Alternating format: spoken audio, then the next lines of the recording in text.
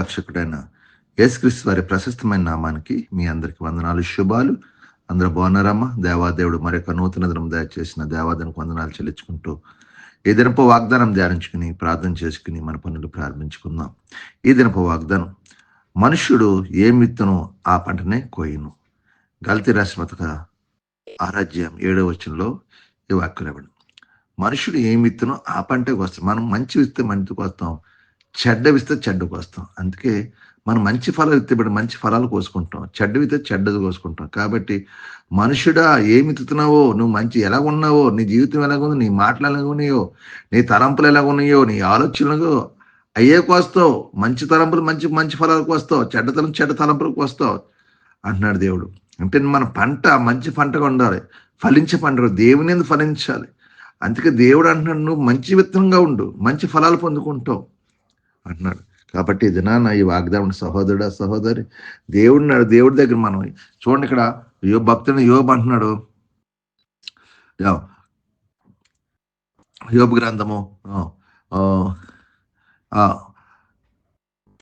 4:8 నేను చూచినంత వరకు అక్రమమును దుర్నీతి దున్ని కీడును విత్తువారు దాన్నే కోతురు. అక్రమం దున్ని కీడును విత్తువారు దాన్నే కోతురు. నేను చూసిన మనం కూడా చాలా మంది చూడ అలా ఉన్నారు, అలా సంపాదన అక్రమం అది.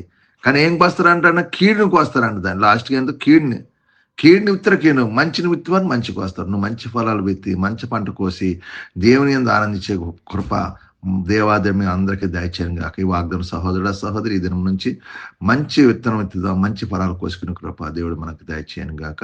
ఆమేన్. మీ కొరకు చిన్న ప్రార్థన చేస్తాను, మీరు కూడా నాతో ఏకీపించిన ప్రార్థన. సర్వాధికారియు మహాగణుడు పరిశుద్ధుడు కృపగల తండ్రి కనికరపుండా నీకు వందనాలు స్తోత్రాలు చెల్లించుకుంటున్నాం. మరి ఒక నూతన దినం దయచేస్తావు.